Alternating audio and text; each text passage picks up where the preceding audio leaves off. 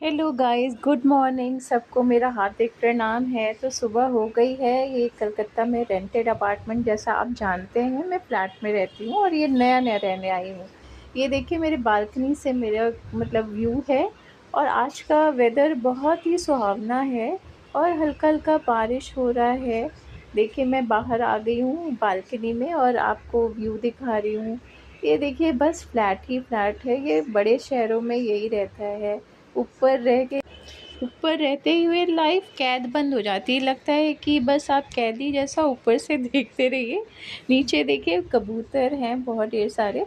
लोग, मैं देखती हूँ यहाँ पे लोग सुबह सुबह आते हैं और कबूतर को खाना देते हैं। ये देखिए, मेरा ब्रेकफास्ट है। तो ब्रेकफास्ट में आज मैंने पोहा बनाया था और ये थोड़ा स्पेशल पोहा था। इसमें मैंने खीरा ग्रेट करके डाला था, जो कि ये मेरा फर्स्ट टाइम था। मुझे देखा था मैंने नेट पे, तो मैंने ट्राई किया और बहुत ही टेस्टी बना। मतलब मैंने सोचा नहीं था। बच्चों को भी यही टिफ़िन दिया और हस्बैंड भी यही टिफ़िन लेके गए। इवन ब्रेकफास्ट में भी यही खा के भी गए। और अच्छा था, इजी भी था। पराठा पराठा बनाना थोड़ा टफ ही लगता है और सबको पसंद था, तो मुझे भी लगा चलो मेरा भी काम आसान हो गया। अब आप लोग को जब पोहा ही पसंद है तो मैं क्या कर सकती हूँ। तो सारा काम किया मैंने, नहा लिया, पूजा कर लिया और उसके बाद फाइनली अब मैं चैन से अपना ब्रेकफास्ट करने लगी हूँ।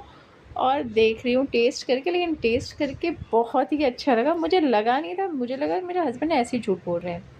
तो अभी शाम हो गई है और मैं आपको कुछ बुक्स पढ़ के सुना। ये रामकृष्ण वचनामृत है। इसमें मैं एक लेसन पढ़ती हूँ।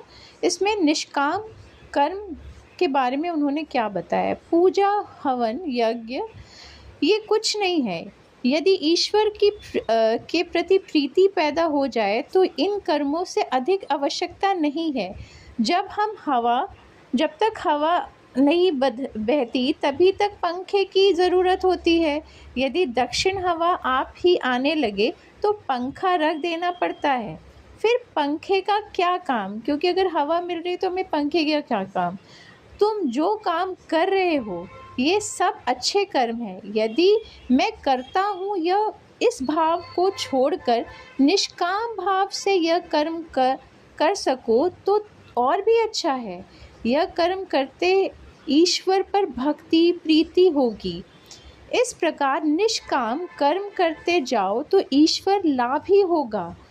उन पर जितनी ही भक्ति प्रीति होगी उतने ही तुम्हारे काम घटने लगेंगे, मतलब आपकी चाहत घटने लगेगी। गृहस्थ की बहू जब गर्भवती होती है तब उसकी सास उसका काम कम कर देती है।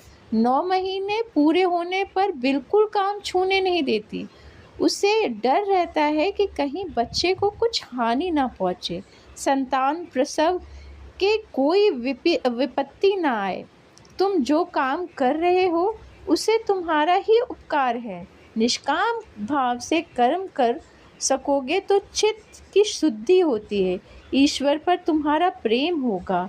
प्रेम होते ही तुम उन्हें प्राप्त कर लोगे। संसार का उपकार मनुष्य नहीं करता, वे ही करते हैं जिन्हें चंद्रमा सूरज सृष्टि बनाई है।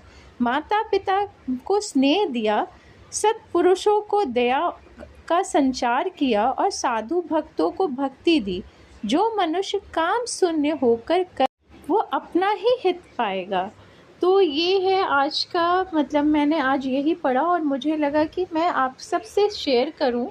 तो होप सो आपको ये अच्छा लगे। अगर अच्छा लगे तो प्लीज़ लाइक एंड सब्सक्राइब कीजिए, क्योंकि अभी मैं ये नया नया कर रही हूँ यूट्यूब में और मुझे नहीं लगता है कि अगर आपका प्यार रहेगा तो मैं कंटिन्यू करूँगी।